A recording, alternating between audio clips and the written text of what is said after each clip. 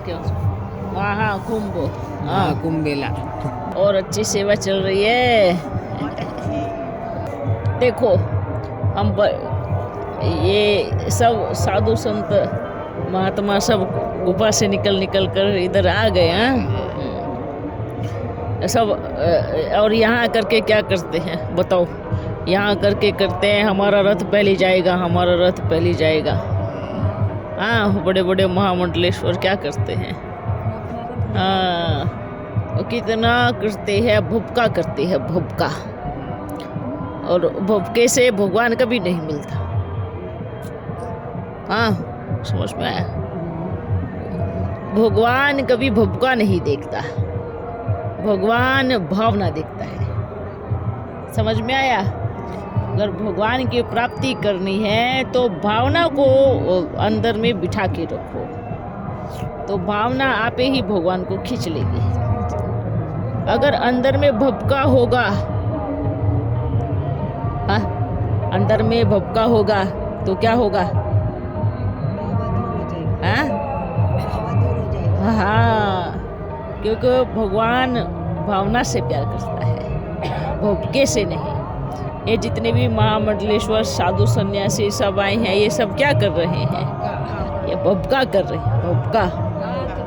खुद का प्रदर्शन कर रहे हैं, भगवान का प्रदर्शन थोड़ी कर रहे हैं। हाँ, अपने आप को अपना प्रदर्शन करते घूमते। ये भी चलो ठीक है, कोई बात नहीं, ये भी करो। पर शिवो हम कहे, अपने को परमात्मा कहे, अपने सामने श्री श्री लगवा कर अपनी पूजा तो नहीं करो। हाँ, 1008 तो कभी शिव बाबा ने अपने ऊपर नहीं लगाया, जबकि ये तो फिर कोई वैल्यू नहीं है। इतने श्री की कोई वैल्यू नहीं होती।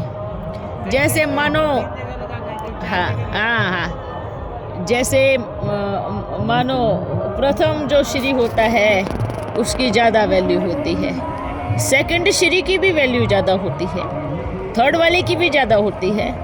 पर उसके बाद में आप कुछ भी लगाओगे तो बेवकूफ़ी हो जाएगी फिर, है ना? 3 तक श्री चलेगा, पर चौथा श्री भी, 5वां श्री भी, 1000 श्री भी, फिर वो चलता रहेगा, फिर उसका कोई मतलब नहीं रहता।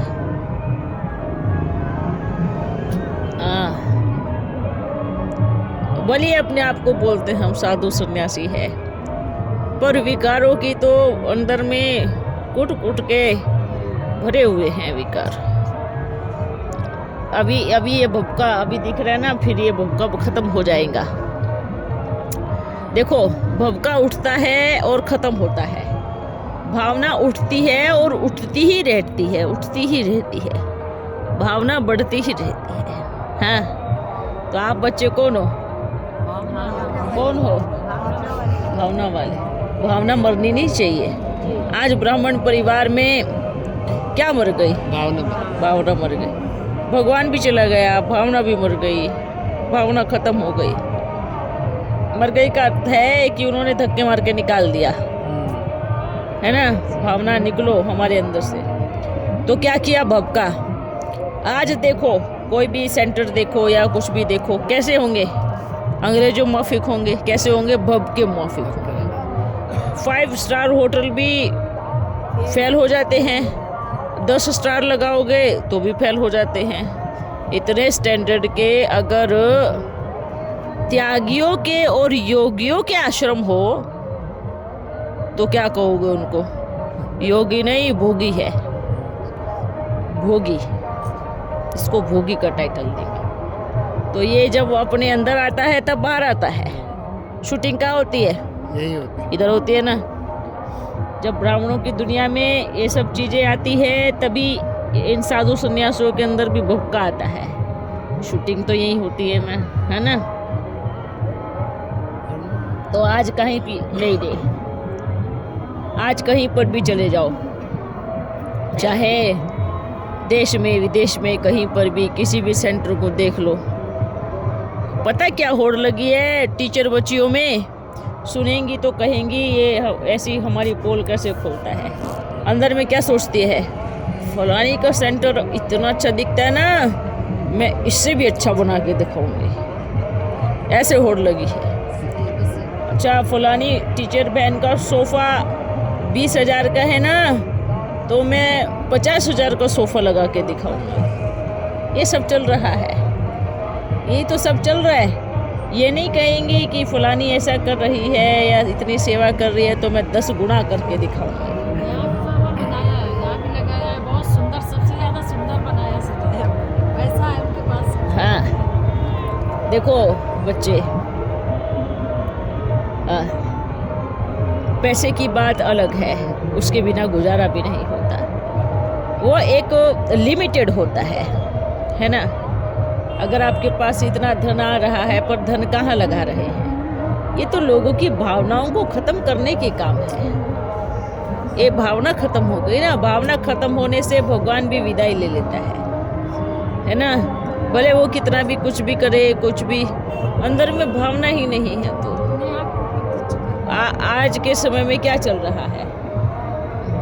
सेंटर अच्छा होगा, अरे वाह फर्स्ट क्लास बनाए हैं, अरे वाह बहुत स्टैंडर्ड बनाए हैं, है ना। सोने के सुकून और रातों की नींद उड़ी हुई है, किससे कितना लेना है, हाँ किससे कितना, कितने की जेब काटनी है, कितना क्या करना है। उनको सबको पता है ये सब सच है, पर क्या करेंगे। तो ऐसे ही देखो ये साधु सन्यासियों ने भी क्या किया, इसलिए बोलते हैं ना, इन सब ने भारत को क्या बना दिया, कंगाल बना दिया, पतित बना दिया, है ना। सबको दुर्गति को पाया। इसका मतलब क्या होता है? टीचर बच्चियां भी क्या होता है? आज देखो, आज के समय में देखो, किसी भी सेंटर पे चले जाओ या ब्राह्मण परिवार में कहीं पर भी चले जाओ, किन की फोटो होंगी? वो अलग दादी की, दीदी की, खुद की, है ना। हमारी ये फोटो रखी होंगी। क्या मतलब है इनका? क्या मतलब है बताओ? आपकी मुरली में नाम बोला था। हाँ, इतनी सारी फोटोएं, किसी भी ऐसा नहीं है एक सेंटर पे, अनेकों सेंटर पे चले जाओ, कहीं पर भी चले जाओ, किधर भी चले जाओ, देश विदेश में कहीं पर भी चले जाओ, सब की दीदी की फोटो, दादी की फोटो ये लगी हुई है। अरे एक निराकार की फोटो होनी चाहिए, एक मेरा बाबा, बस दूसरा नहीं कोई, होनी नहीं चाहिए। इसलिए होनी चाहिए, ये देखो, ये होनी चाहिए, ये चलेगा। माता पिता की फोटो चल सकती है, ये चलेगी। बाकियों की किस लिए लगानी, क्यों लगानी, क्या मतलब है फोटो लगाने का? ये बाबा बिठा दो, ये तो फोटो देखते रहेंगे, बुद्धि फोटो में फंसी रहेंगी। बुद्धि को किस में लगाना है? हाँ, बुद्धि को बाबा में लगाना है। बहुत अच्छा बच्चे, आपने जो सेवा की, जो मेहनत की, वो रंग जरूर लाएंगी, ठीक है। हाँ, और जितने सब ने भी, बच्चों ने मिलके मेहनत की, यहाँ सबके अखाड़े बने होंगे, संदेश भी दिए है ना। सबने अपने अपना जगह बना लिया होगा। बहुत बड़े बड़े। अब देखो कमाल की बात है। वैसे ये बात कुछ मतलब की नहीं है, इसको कहने का कोई मतलब भी नहीं है। ये तो एक भावना है कि भाई गंगा स्नान करना है। वास्तविकता सब भूले हुए हैं, बुद्धू बने हुए। कौन सा स्नान करना है? आत्मा को स्नान कराना है, ज्ञान का, ताकि आत्मा शुद्ध बन जाए। यही एक सच्चा ज्ञान ये होता है, सच्चा मार्ग ये होता है कि आत्मा को स्नान कराना है, ज्ञान का स्नान कराना है, ताकि आत्मा शुद्ध हो जाए, नहा धो करके पावन बन जाए, सदगति को पाए, है ना। ये यहाँ स्नान कर रहे हैं, है ना। अब ये सबसे पहले ये सब स्नान करने जाते हैं, है ना। इसका मतलब क्या हुआ? इन सबको छुट्टी दो, ये बड़े वीआईपी है, इन सबको पहले स्नान करना है। इसका मतलब ये हुआ कि सबसे ज्यादा पतित तुम हो, जो सबसे ज्यादा पतित होते हैं वो पहले स्नान करता है। छोटे लोगों को नहीं जाने देते। समझ में आ रहा है ना आपको? इसको समझ में आया? सबसे ज्यादा नालायक, सबसे ज्यादा गंदे हैं तुम बन गए हो, इसलिए सबसे पहले आप स्नान करो जाकर के, इसलिए उनको सबसे पहले स्नान कराया जाता है। और वो सबसे पहले स्नान करने को बड़ा प्राउड फील करते हैं। अरे बुद्धू, प्राउड फील नहीं करो। प्राउड फील करने से क्या होगा? ये तुम मैले हो गए हो, ज़्यादा कुचले हो गए हो, इसलिए तुमको पहले नहलाना है। लौकिक दुनिया में बच्चा ज़्यादा गंदा होता है तो सबसे पहले माँ उसको थप्पड़ मार के दे, बैठ इधर, तो उसको सबसे पहले नहलाती है। जो थोड़ा कम मैला होता है उसकी बाद में बारी आती है। जो साफ सुथरा होता है उसको नहलाती भी नहीं। तो जा, अच्छा है। इसलिए ये भक्ति मार्ग में सभी क्या कर रहे हैं इधर, जो अपने आप को बड़े बड़े वीआईपी, मैं सबसे बड़ा वीआईपी संत, मैं सबसे बड़ा वीआईपी साधु, मैं सबसे बड़े अखाड़े वाला, मैं सबसे बड़े सिंहासन वाला। हाँ, तो क्या हुआ फिर? सबसे ज़्यादा मैले बच्चे पहले नहलाए जाते हैं। तो मतलब इन्होंने प्रूफ कर दिया यहाँ पर। क्या प्रूफ कर दिया? हाँ, सबसे मैले हैं, इसलिए आपको सबसे पहले नहलाया जाता है। अच्छी बात है। जो कम मैले हैं वो बाद में नहाते हैं। वो नहाए नहीं नहाए क्या जाता है? हाँ, वो अलग नहाते हैं। पानी बहते में नहीं जा पाते, उनका बंद रहता है। हाँ, तो वही तो ना, उनको ज़्यादा पानी की ज़रूरत है। ज़्यादा मैलों को ज़्यादा पानी की ज़रूरत होती है। हाँ, चलो अच्छा है। इनको कब समझ में आएगी ये बात पता नहीं।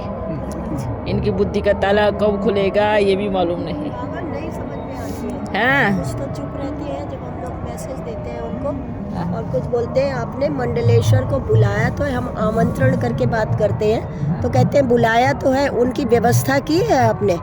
मैंने कहा हमारा 10 फरवरी तक शिविर लगा है, उसमें आप किसी भी समय 10 मिनट निकाल के आ जाइए। अच्छा, व्यवस्था क्या चाहिए उनको? व्यवस्था अच्छा रहने का, अच्छा खाने का। उनको बोलो गंगा स्नान करने आए हो या व्यवस्था करने आए हो, तो पानी में व्यवस्था करनी चाहिए उनकी, उधर नहाएंगे। अरे उनको बोलो महामंडलेश्वरों का भी शिव बाबा आया है। हाँ, मानते नहीं है। कोई बात नहीं, ये नाटक थोड़े समय का है। ये बबका ये सब ऐसे होने वाला है। दिया जब ज़्यादा फड़फड़ाता है तो वो संकेत देता है क्या? मैं बुझने वाला हूँ। समझ में आ रहा है? चाहे किसी का भी हो, चाहे ब्राह्मण परिवार का दिया ज़्यादा फड़फड़ा रहा है, या भक्ति मार्ग में जो अंधश्रद्धावश जो एक दूसरे को नरक में धक्का दे रहे हैं, उनका दिया ज़्यादा फड़फड़ा रहा है। एक बात बताओ, हम आपसे एक बात पूछते हैं। जब से हम देख रहे हैं, क्या इस कुंभ मेले में पाप नहीं हुआ? क्या इस कुंभ मेले में बलात्कार नहीं हुआ, या रेप नहीं हुआ, या नशा नहीं हुआ, या दारू नहीं पी गई, या क्या नहीं हुआ इस कुंभ में? क्या नहीं हुआ? मतलब आप ये सोचो, तीर्थ स्थान को भी लोग नहीं छोड़ते हैं तो और जगह तो छोड़ेंगे क्या?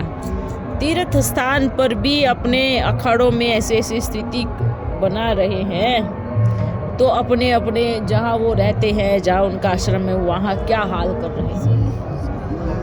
हाँ, वहाँ क्या नहीं चल रहा होगा। अंदर इतनी गंदगी मची पड़ी है, बात मत पूछो। सबने हालत खराब करके रखी है। इसलिए तो बार बार क्यों बोलता हूँ कि इन्होंने ही भारत का बेड़ा गर्क क्यों किया। पहले तो चलो हम कह देते हैं, पहले तो इन्होंने पवित्रता से भारत को थमाया, अब तो वो भी नहीं है। हाँ, मतलब कि द्वापर युग से जो भी सन्यासी साधु, जो भी ऋषि मुनि थे, वो तो कम से कम ब्रह्मचारी तो रहते थे। पवित्रता के पिलर से एक बिल्डिंग को तो थमाया हुआ था, और वो पिलर भी टूट गया, वो भी खत्म हो गया। जो इतने पुराने रह करके अब अंतिम समय में अपनी सारी धारणाओं को ख़त्म कर रहे हैं, माया ने इतना कब्जा उनके दिमाग पे कर लिया, तो क्या हाल होगा। चलो कोई बात नहीं, अगर किसी के दिमाग में एक पॉइंट भी पड़े तो भी अच्छा है, लेकिन कर क्या सकते हैं। कोई बात नहीं, ये कुंभ का मेला है और सही है, इस अंतिम समय के कुंभ के मेले में सबने डुबकी लगाई है, सबने नहाया है। सोचो पानी को कितना मैला किया है ना। अब ये एक बात बताओ हमें, ये जितने भी यहाँ पर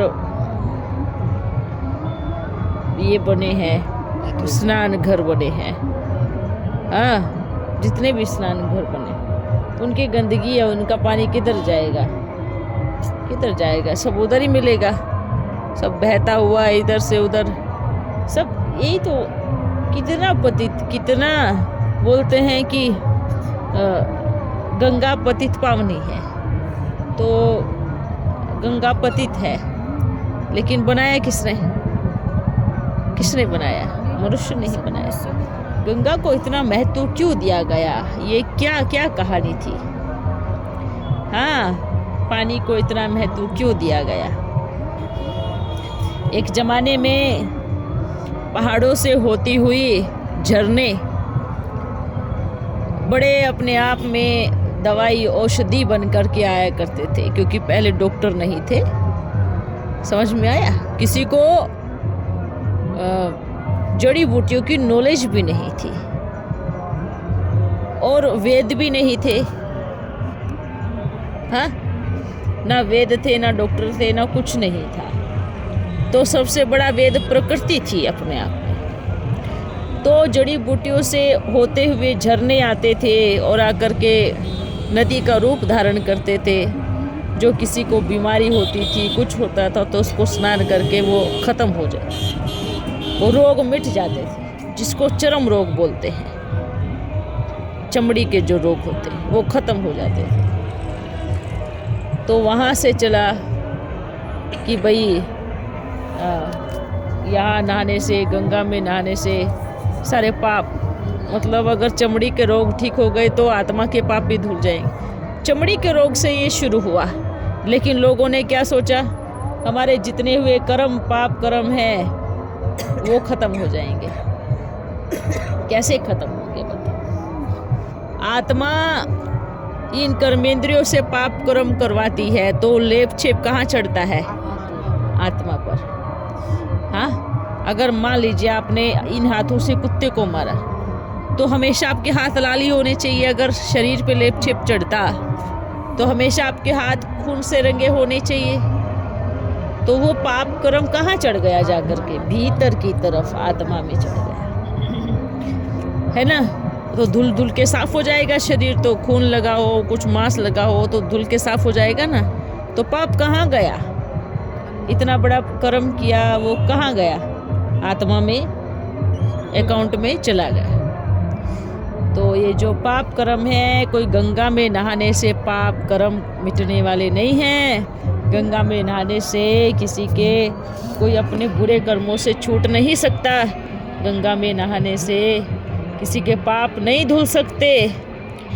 आत्मा के पाप कैसे धुलेंगे?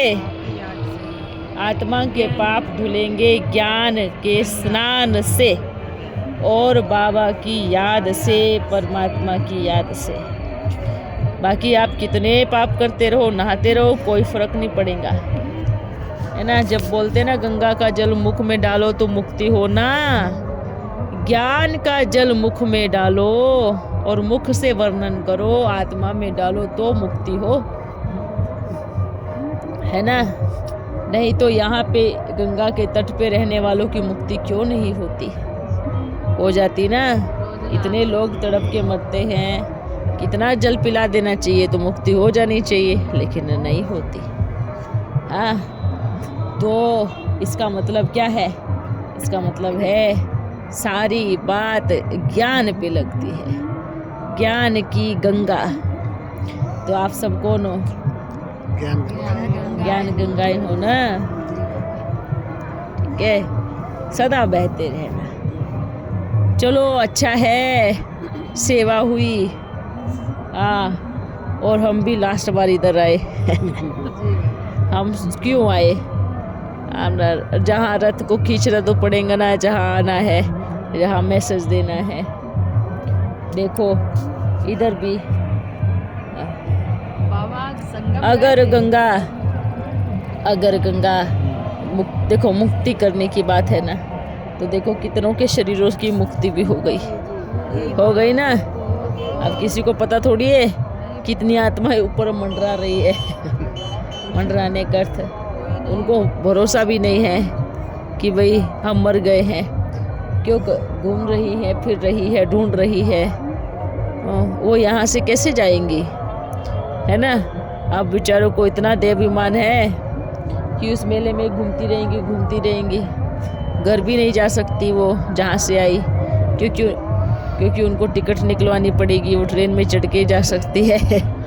इसका मतलब क्या, क्योंकि उनका इतना देवाभिमान है कि बिना टिकट के वो सफ़र कैसे करेंगे। उनको अगर अपनी शक्ति का पता चल जाए तो मुक्ति मिल जाए, तो शक्ति का पता भी नहीं है। चलो बच्चों, अच्छा है, सदा खुश रहना, खुशी में नाचते रहना।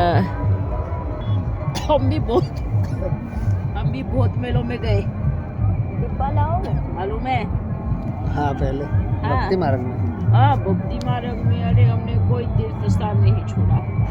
हम भी बहुत मेलों में गए, कुंभ मेले में गए, जो भी मेला लगता था सब मेलों में गए, हर यात्रा पे गए, हर मंदिर में गए, क्योंकि भक्ति भावना इतनी थी बहुत। पर जा कर के देखा सब कुछ क्या करेंगे, सब उल्टा पुल्टा चल रहा है। ऐसा नहीं है कि हम नहीं गए, हम भी गए। ये जैसे आज साधारण रीति से घूम रहे हैं, हम भी घूमा करते थे कभी। हाँ हाँ, वाह, दे बाबा कई बच्चे भगवान को खोजने में बहुत सारे निकले। हाँ कि भगवान कैसे मिलेगा, क्या करें उसके लिए। नहीं, वो खोज में ज़रूर निकले हैं। जो खोज में निकले हैं ना, उनको ना मिले ऐसा नहीं हो सकता। दूसरी बात, कुछ लोग तो इसलिए निकले हैं कि भगवान एक बार मिले तो उससे सारे सवालों के जवाब ले लूँ। तीसरी बात, भगवान मिले तो उसको बता दूं कि आपने मेरी ज़िंदगी में इतने दुखों का पहाड़ क्यों तोड़ा है। अरे वो तो कोई करोड़ों में से एक विरला होगा जो भगवान से प्रेम की तलाश में बाहर भटक रहा होगा। हाँ, समझ में आ रहा है। प्रेमी कहेंगे उसको।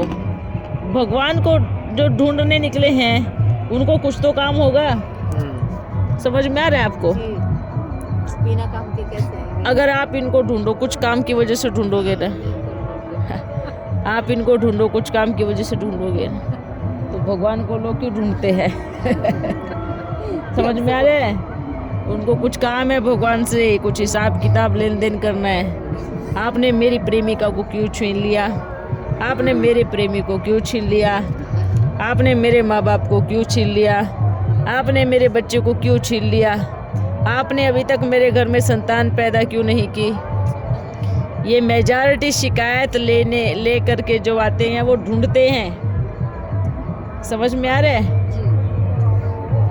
पर जिनको प्रेम होता है वो निराले होते हैं। उनको कोई कुछ पाने की चाह नहीं होती, उनको कुछ इच्छा नहीं होती, उनको सिर्फ प्रेम होता है। वो अपने प्रेम में झूमते हैं कि मिले मुझे मिले, दीवानों के मुआफिक नाचते रहते हैं, वो खुशी में झूमते रहते हैं, वो निराले हैं। और बाबा उन्हीं की तलाश करता है। समझ में आ रहा है? अब आप बच्चों में भी कोई ना कोई देखो, बाबा के पास बैठ कर के बोलेंगे, बाबा ये कर देना, बाबा वो कर देना, बाबा ये मनोकामना पूरी कर देना, बाबा ये कर देना। कितने सारे बच्चे ऐसे हैं। अब बताओ कितने निराले हैं जो कुछ ना बोल करके सिर्फ कहते हैं आपसे ही प्रेम है, आप ही चाहिए और कुछ नहीं, बस आपको पा लिया तो जहान पा लिया। ये भावना किसके अंदर है बताओ जरा। हाँ, कोई तो आते हैं, अरे 2 टाइम का खाना तो मिल रहा है कम से कम। कोई तो आते हैं, बाबा आ रहे हैं, बाबा आ रहे हैं। किसी की सेवा भावना होती है, अच्छा भगवान से कुछ प्राप्ति ही हो जाए, भगवान से कुछ मांग ले। पर जो प्रेम में रहकर सेवा करते हैं, वाह क्या कर दूं बाबा मैं आपके लिए, क्या कहो और मैं क्या करूं आपके लिए। ऐसे दिल करती है प्रेमी बच्चों की। हाँ, समझ में आ रहा है? जो ये जो अभी आप सब बच्चे हमारी आवाज़ सुनेंगे तो कहेंगे अरे बाबा कुंभ मेले में चला गया हाँ? तो उनको कहना फिर दिल करेगी उनके आने की कि हम भी जाए ये जहाँ बाप और बच्चे का मिलन वही सबसे बड़ा महाकुंभ होता है। ठीक है, वही मेला होता है, उससे बढ़कर कोई मेला नहीं होता। समझ में आ रहा है? तो उन बच्चों को ये मैसेज देना, जहाँ बाप और बच्चे का मिलन होता है वही कुंभ मेला होता है। इसलिए अपने अपने स्थान पर ही सेवा करें, अपने अपने स्थान पर रह करके ही सेवा करें। जिसकी दिल हो तो भले आवे, लेकिन हम तो कहूँगा अपने अपने स्थान पर रह के सेवा कर, जहाँ पे है वहाँ पर भी सेवा करें। ठीक है, चलो बच्चों हम चलता हूँ, फिर मिलूँगा। ठीक है, ओम कुछ पूछने नहीं? ओ आपको मैया आ गई तो बाबा दिखाई देगा, समझ में आ रहा है? पर हमें रथ दिखाई देता है कि हमें रथ का भी ध्यान रखना है। आपको क्या मालूम पड़े कि जब दूसरी आत्मा बार बार घड़ी घड़ी आए और जाए उस शरीर पे क्या इफेक्ट पड़ता है। आप बच्चों को थोड़ी मालूम है, नहीं मालूम ना, क्योंकि आप इस चीज़ के अनुभवी नहीं हो। हाँ, तो इसलिए हमें रथ का भी देखना है। अगर हम कोई एकदम से सब चीज़ों को यूज़ कर लेंगे तो आगे के कार्य के लिए उसको कैसे रखेंगे? हाँ, शरीर से दिखने में नहीं, अंदर की इंटरनल चीज़ों को भी देखो। मान लीजिए गाड़ी आप घड़ी चलाएंगे, 4 लोग चलाएंगे तो गाड़ी कैसी हो जाएंगी? उसका इंजन कैसा हो जाएगा, उसका सब कुछ कैसा हो जाएगा, सोच के देखना है ना। और एक गाड़ी को एक ही व्यक्ति चलाएगा, बहुत आराम से चलाएगा, तो वो गाड़ी कैसी रहेगी? आप लौकिक दुनिया में भी पूछते हो गाड़ी लेने से पहले, सेकंड हैंड है या 2 हैंड है या 3 हैंड है, कितने हैंड है, ऐसे पूछते हो कि नहीं पूछते हो? अगर 2 हैंड होगी या 3 हैंड होगी तो आप कम प्राइस कर दोगे। और हम तो बाबा, हम मैया तीनों इसको चलाते हैं, तो कितना इस गाड़ी को मतलब मेहनत करनी पड़ती है ना।